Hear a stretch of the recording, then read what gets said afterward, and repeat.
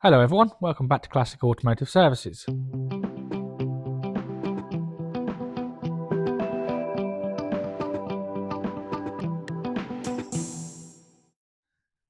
Right, this week we've got quite a interesting video on engine work, as well as doing a bit on the TR7 with the train arm mounts that have become disconnected.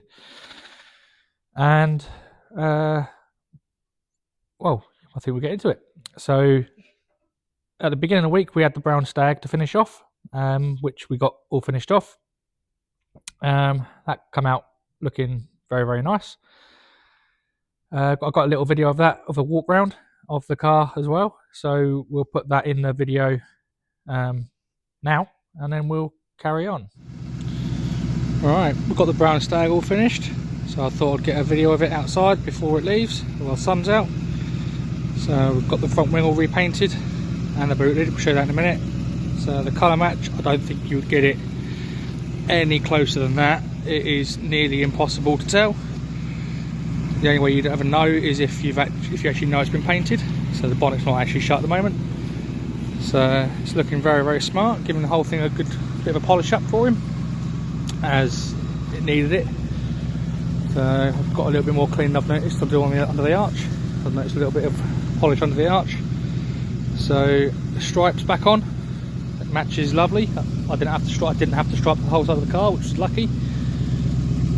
So it's actually quite a nice example, this one.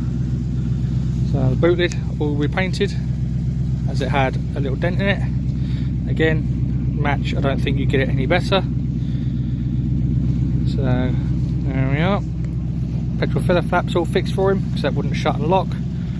The choke light, that was one of the other issues as well. I'll show you that now. The only warning light on there is the handbrake warning light, so that's out. So it's just sitting here warming up because it hasn't been run for a little while.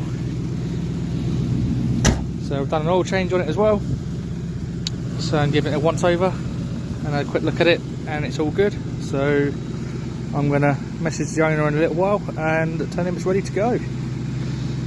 So there she is. Right, and after the brown stag, we had the car that this engine's out of, that got dropped off for us to remove the engine and start work on the engine. The car's now gone, as we want to try and get the engine sorted out first. We've also got the poorly Rover V8 back, which we'll go into in a minute. So this Dolomite Sprint engine, well, it's, as you can see from the video, it's in one hell of a mess. We have finally got it apart.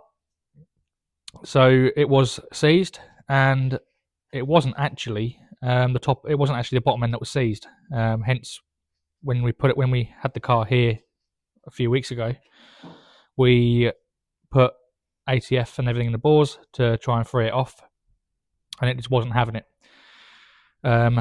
So when we got the engine out and started stripping it, it was actually the top end that was seized. The bottom end has had some water ingress into there, but as soon as we got the top end freed, the bottom end rotated. So it's in a very poor old way. It's heavily sludged up and corroded and blocked up with everything. If you look at the bores, if I grab my light, you'll be able to see inside the bores where the water's been sat. Now I have given them a quick clean up, just to so it enhances the look. If you go on the other side and shine into here, if you look in here, you can actually see the line where the water was sat, because obviously it's a slant engine, so you can see where the water's been sat in the bores. So it is going to need a rebore, possibly the crank grinding as well. It's all on standard sizes, but it's savable. It's just in a poor old way. But we've got some videos of this coming apart as we're doing it, so we'll put them in now and then we'll carry on. Okay, we've got another engine that we're stripping down to get over to the machine shop so we can do a rebuild on it. Well, I say rebuild, this will be actually a recondition, so it's pretty much like brand new. Now this engine is actually the engine, if we go back a few weeks to when we had a very early Mimosa Yellow Dolomite Sprinting, this is the engine out of that car. It was seized. So the owner has decided he's actually going to go ahead with it, depending on what we find with the engine. So we pulled the engine out yesterday, which was, today's Friday, so it's Thursday. We got it on the stand and got it partly stripped down to start assessing what was actually seized. Because we did initially, when the engine was in the car, try filling the bores with a mixture of ATF and acetone, i.e. thinners, to see if that would free it off, and it wouldn't. It would not budge. It now become apparent why it wouldn't budge. It's because the bottom end of the engine isn't actually seized. It's all the top end. So we'll have a look at it in a second. But as we can see from the engine, it's in a right old state. All the waterways are absolutely solid, where it's not had a good enough mix of antifreeze in it all year round. Sludge builds up and blocks it, and it's also due to where it's been sat. Someone has also done a head gasket on it at some point and just gormed it up with Hylamar Blue to the point where they've even started blocking holes. That's actually sealer in that hole. Now the seizure is actually the top end of the engine. The cam, the timing chain was all completely seized solid. So hopefully the head's savable. We are going to get into that and have a look, make sure there's no damage on the cam journals, etc. Because I think it's seized due to water getting into it. So probably from head gasket failure. Because as you can see, even though they've put all this Hylamar Blue on it, it's probably actually what's caused it to blow. It's blown here, and it's blown in a nut. It's blown across there, and it's blown in a couple of other places. So it probably got water in the oil, which, well, I know it did, because I've drained the oil out of it, and it was just thick, milky brown milkshake. And as you can see from the rust on all of this, it's absolutely thick with rust and corrosion. Timing chain, well, you can't even bend that there. This section here between my fingers, that's solid. It's just won't bend. We actually had to cut the timing chain to get the head off, as we couldn't turn the engine. So that didn't allow us to get the bolts on the cam wheel undone, because they were in a position where we couldn't undo them and leave it behind. That's what this bracket's for, so you can leave the cam wheel behind. So we had to cut the timing chain and pull the head off with the cam. So, but I'm going to get the rest of this stripped down and inspected. It's going to be a full rebuild. As you can see in here, that is just solid. That you should be able to see through there into the water pump. That's solid. And also, if the camera pick it up, the actual outlet for the bottom radiator hose is also completely block solid. Absolutely solid. So we're going to have to get this stripped down. The block will have to go away for acid dipping, so will the head, and start again with it. Now the head, it doesn't look too bad. I was expecting it to be a lot worse and have corrosion and everything in it. I have now got the camshaft off, so that's a bonus. We'll just grab that. But you can see from a lot of these waterways, if I grab something and dig it out, these should be open. It's just solid gunk. That one is completely solid as well.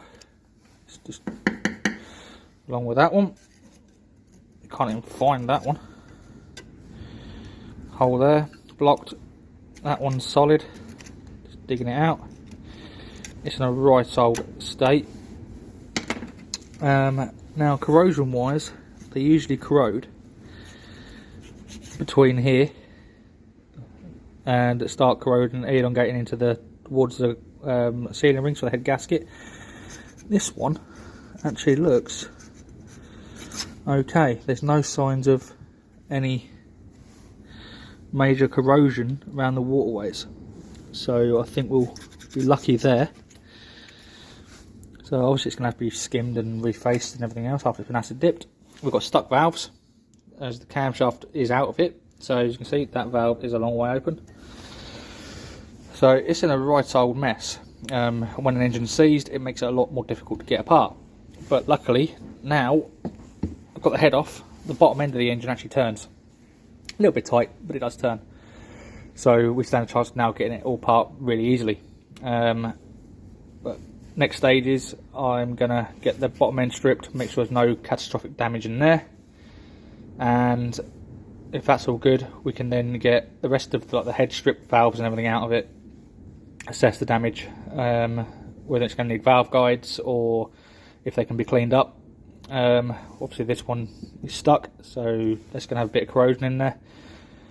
It might need guides, so it's definitely going to need a new camshaft. I'll show you that in the main video at the weekend, because we've also got the poorly Rover V8 back, which we'll also now got to do a final wash on, which I'm going to do tomorrow. I've got to give the block a final wash and get that ready so it's ready to build. So we're getting a lot of engines at the moment. This is one of 3 Dolomite Sprint engines I've got to build. I've got another Dolomite Sprint, which is actually all in bits. That's getting built to a race rally spec for the rally car. And I've also got a works Dolomite Sprint engine out of a TR7 Sprint. It's a genuine works engine. So you've got 3 Sprint engines to build, as well as the poorly Rover V8, another V8, my own V8, and also my friend's Triumph engine. He's got a little Triumph 1300 engine for his kit car, which needs a full rebuild and tuning slightly. So I've got to build that, and that's actually going to be for his wedding present. So I've got to get that built as well. So lots of engines, as well as all the other work. But I don't mind a bit of engine building. But the joy of engine building is, at the moment, I can get this one stripped over to the machine shop. They're going to have it for a number of weeks before it comes back, especially as they're going to send the block and the head away for acid dipping.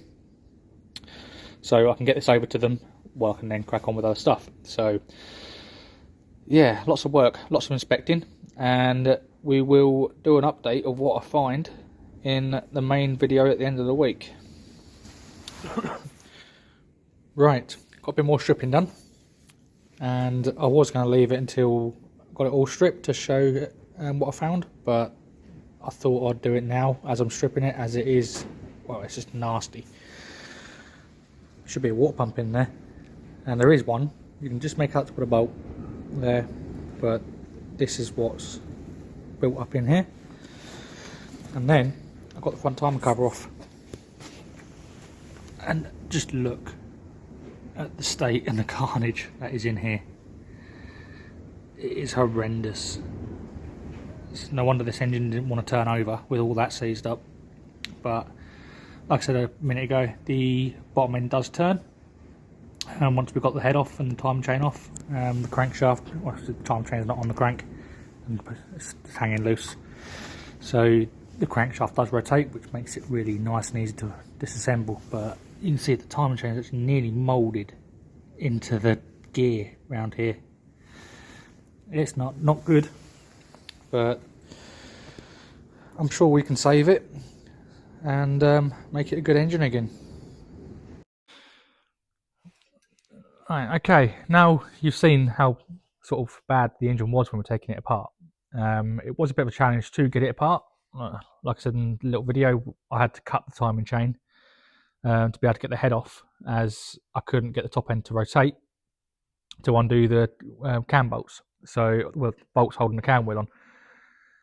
Timing chain was scrap anyway, so all the timing gears, they're so heavily corroded, it weren't worth messing around with.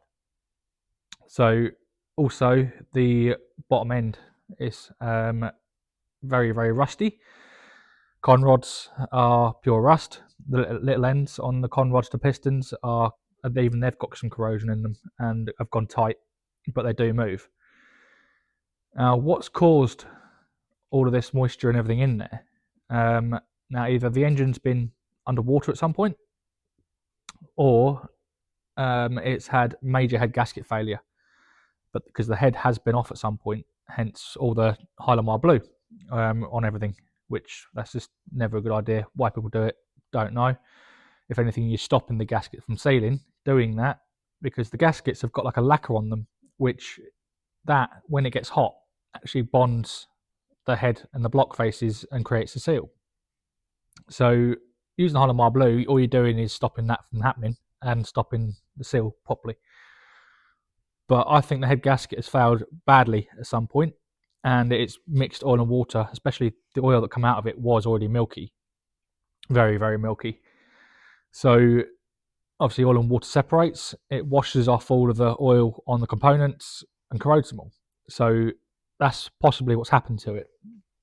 Now the crankshaft, luckily there was very little water got into the actual onto the journals. It may polish. There's a few bits on it which I'm not too sure of if they will polish or not. We'll have to find out when it comes to do it. So as you can see on the crank, it has got a fair bit of rust on it.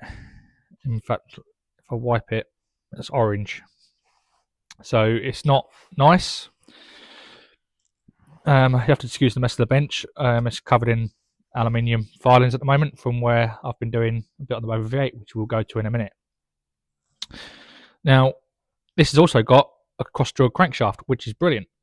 It has oil flow, etc. So you can see the cross cylinders here on the big end journals. Not only that, it's a good job this engine didn't turn and we tried to run it, because if you look carefully, the oil gallows are blocked up with dirt.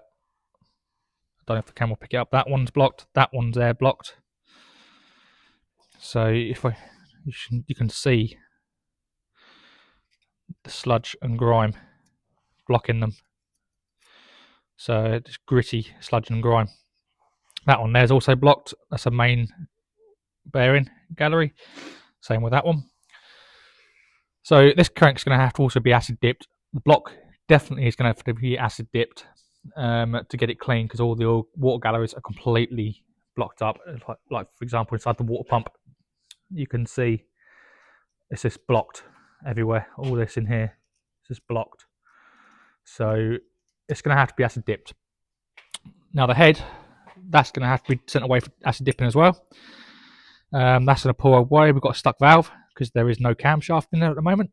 I've got the camshaft out, and lucky enough all the rocker gear is okay. Camshaft is scrap. But yeah, we've got a stuck valve. I wouldn't mind betting more than one of them is sticking.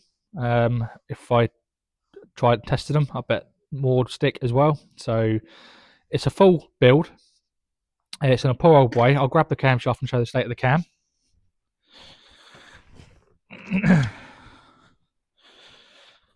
As you can see, camshaft is just cam wheel itself, pure rust.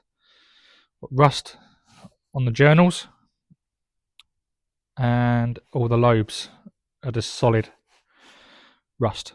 So that's paperweight. So that's knackered. The con rods are very, very rusty.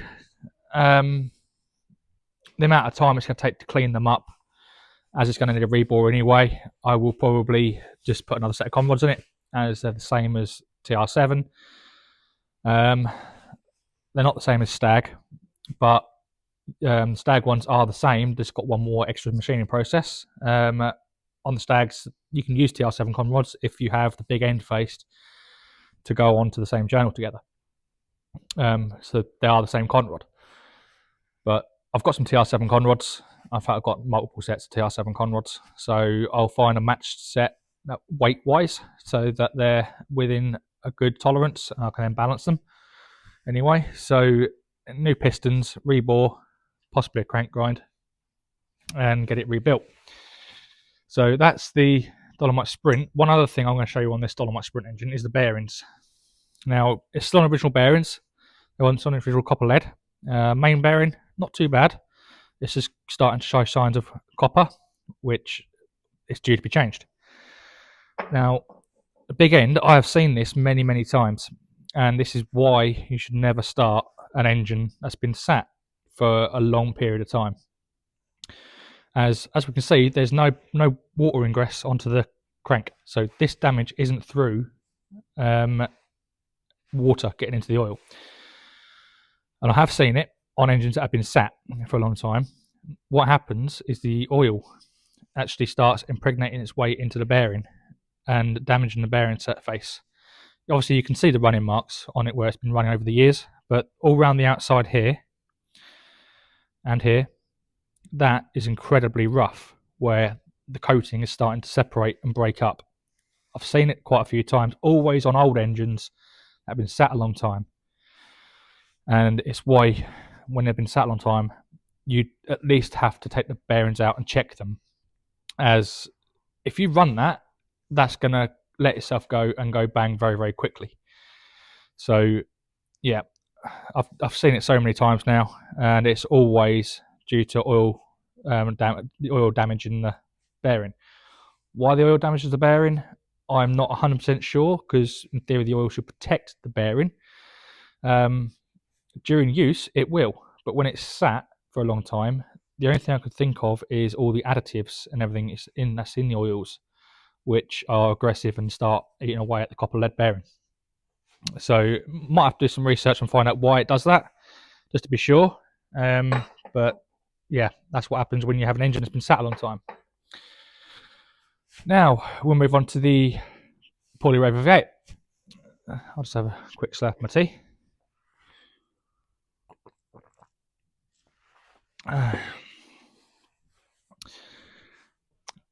Now we've got the block and the heads back.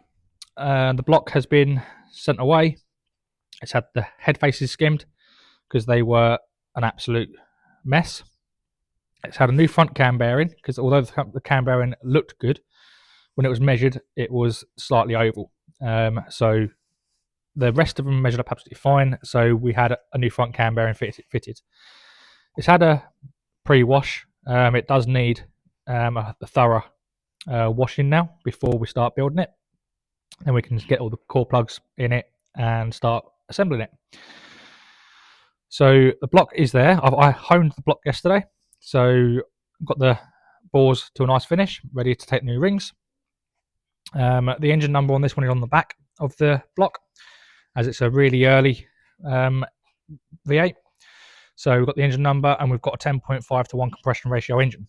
So it's going to go well. I have got to check the compression ratio isn't too high now, as the heads have been skimmed, the block has been skimmed. So I have got to measure it and check the compression ratio isn't too high, as that will cause issues, especially with the fuels that we get these days. So yeah, that's got measured and worked out. And then we've obviously got the Newman's fast road cam to go in it. So the compression, being a high compression, should complement the camshaft as well, as generally you lose compression with a high lift cam because you've got, when it comes to compression ratios, you've got your measured compression ratio, which is what that is. Then you have your dynamic compression ratio, which is what compression the engine is actually producing while it's running. So a high lift cam where the valves are open for longer, you generally lose a little bit. So having more measured compression ratio to start with will bring that back up and in theory give you more performance. So the block, yep, is ready to be cleaned. At the moment, I'm just sorting the heads out. So the cylinder heads. I already had all the valves cleaned. I've just moved this over here at the moment because I'm not doing the ports and everything on this bench. I'm doing it over there. I just wanted to show you the Dolomite Sprint stuff. But the heads, I've done all the valves as they were all manky and everything. So I've blasted all the valves. I've recut the valve seats to the correct height, as the valve heights were all over the place. And like I said before, on these Rover V8s, all the valves have to be cut into the same height so you don't throw all your preloads all over the place. As long as they're all the same, you stand a chance of getting your preload set right.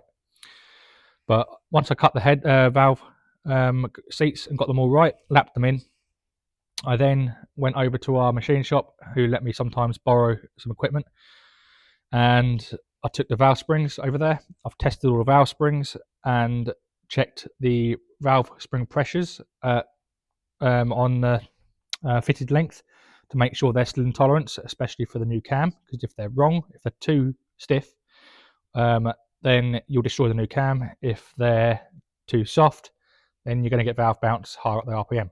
So checked all the valve springs installed heights were correct, and the tension and the actual spring pressures were correct for the camshaft that we've chosen. So that's all sorted out and it's all good. Now, at the moment, I am just sorting out the ports. As on these Rover V8s, the ports are all over the place. Every single one I've ever seen, I've never seen a port that is actually square and is going to function well. So I'm not going all out performance on it. I'm just making the ports so they're actually all the same and actually going to flow just that little bit better to enhance the performance for the camshaft and things like that.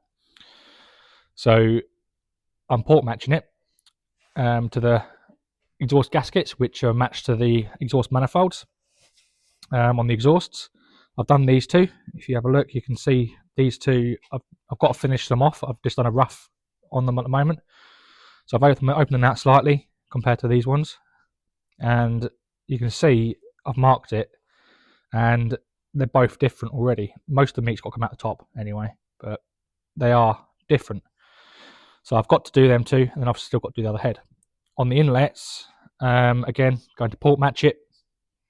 And I'm also going to tidy up the short radius into the combustion chamber to aid a bit more low down power. Now, what I mean by that, I'll see if I can do some diagrams, because I'm also going to shorten the inlet valve guide slightly as well. Now, if we have our port like so, and you have your valve guide on this is about like that, and then obviously you have your valve there. Now on this, what I'm going to do is obviously port match this end. So imagine you've got a gasket here, and by port matching, what I mean is making it so it flows straight through to the inlet manifold. At the moment, this is sort of, if this is your inlet manifold, then this is your port. That's how these Rover engines are at the moment. So it's like having a restriction as you've got a step. Now that's going to cause the air to be coming in, hit that step and be turbulent here and here. So you want it to flow as best as you can. Now most engines will benefit from port matching. It's more like blueprinting really. Blueprinting an engine to exactly how it should be, because it should be straight through like that. Now also what I'm going to do to the ports is I'm going to shorten this radius here like that, and that will help open up that gap there between the valve and the valve guide, because that's a restriction at the moment. And having the airflow shorter and faster into the valve there will actually help low down power. It will bring the power band of the engine down a little bit. It won't be all the way up high in the RPM, which is what we want, as this car is an automatic. And the camshaft that we're chosen for it as well also has the power band coming in fairly low down. So that will help the airflow low down. And then to help it higher up the rev range a little bit, for when he does put his foot down, which I know the customer does in this car, probably why his old engine's knackered, I am going to then just shorten the valve guide slightly and angle it. Instead of it coming down as far as it is like it is now, I'm going to angle it like that and just lose the corner of the valve guide to help the airflow in, so it helps it in. If you're going for a full high performance race build, you would flush the valve guide off, so there is no valve guide at all up till there. The valve guide still goes through the head a fair bit, but the port would be completely smooth and round. The only thing in there would be the stem of the valve, and then you'd open the port out quite dramatically all the way through. Now, when you get into that level of porting, you need a flow bench to do it, as it is very easy to get it wrong. Doing these little bits here, like I'm doing on the short radius and port matching, anyone at home can do. It's quite easy and quite simple. Just don't go too aggressive altering the shape of the port too much, otherwise you will get into trouble. And it's not so if you're not confident doing it, I wouldn't recommend doing it. But yeah, if you're going for a full race build, you do need to do it on a flow bench and make sure they're all flowing as they should be, and get the most you can out of it. Especially on a flow bench, you would then start opening the valve at certain increments of lift to match your cam shaft. So you get a measurement of your full lift of what your cam's doing, so you know exactly how much airflow you're flowing. But it's not recommended on a road engine to take the valve guide out like that, and flush it off like that, as the valve guide is shorter and it will wear out a lot faster. But doing what I'm doing and just taking the corner off will give it its benefits. So that's the Rover V8. This is going to be next week's job. Hopefully by next week video I'll at least have these heads done and built, and hopefully the bottom end assembled and somewhere close, as I have got another TR7 V8 outside that I've got to do some work on, which that'll be in next week's video. So yeah, that's going to be a few days work on that one. So it's going to be sort of Tuesday afternoonish before, pardon me, I can get back onto this one. Plus I've got to get the Sprint engine down to the machine shop. So busy week. Now we'll have a look at the black TR7 that's on the lift. As I told the owner, I put it on the video, and so you can see the extent of the damage underneath. Right, we're underneath the TR7. Now, the young lad that owns it, he's done quite a good job of this, damage-wise. The reason that it's happened is because, yeah, the car has got a little bit of rot in it, but what's caused it to break and pull away so much is, one, the wheels, which these wheels do fit. They're 13x7 millilights and it's got the correct size tyres on them. They do fit, but not when your suspension's all soft and sagging. All the rear suspension's very, very soft, and it's bottomed the wheel out in the arch, tried to lock the back wheel up, and then pulled the trailing arm backwards on this side. Now, the damage is quite extensive. It's all fixable. Everything's fixable, and he wants it fixing. But to fix it, what we've got, this is all your trailing arm mount here, and it's pulled and it's gone backwards. When I measured it, it was about 31 millimeter. On the wheel centers is how much it's moved. So you can see I can get my fingers in here, where it's all gone backwards. Now it's rotted, broken, gone backwards. But to fix it, I'm going to have to get a rear floor panel repair panel, and take out a section of the rear floor. Take out a section of the rear heel board, as that's rotten as well. The rear heel board is in here. That's separated from the rear floor and come away. We'll show you that in a second. And that's what's bent, because it hasn't pulled the trailing arm mount off of the rear heel board. And if we come on this side, now this rear heel board should come down and have a flange. Well, I'm touching the heel board. This should be back here and have a flange. The flange is rotted and come off. It's broken, and this heel board has come right out, all the way around. Now it's also bent here. It's cracked it and bent the trailing arm mount. If we look at the other side, it does have a slight bend there, but nowhere near as much. It should be a lot straighter like this side. This side, it's got a massive kink. So yeah, we're going to have to take the rear heel board out, take part of the rear floor out, take the rear trailing arm off, get all this cleaned up, and get this rear trailing arm mount back in position, hanging in free air, not connected to anything, and measured up so it's correct. And once it's in free air with no stress or strain on it, then we can start reattaching the heel board to it, the rear floor to it, and get it all welded in with no stress on it, and then it will be back in the right place. I can't see any bends on his trailing arms or anything. I'll be very surprised if it has bent a trailing arm. It's just this damage here. So quite a fair amount of work to put that right. And there's a big list of other jobs to do on the car as well. So I believe he's going to come up and have a look at it next weekend. So we can have a look at it properly. And, well, he wants it doing, so we'll get it sorted for him. So, but I think that's where we're up to this week. Been a busy week. Black TR7's around the side, so you'll see that next week. That's quite a nice car. We had it in for a safety inspection 3 weeks ago, and it's actually the first one that's actually passed. I struggled to find anything wrong with it whatsoever.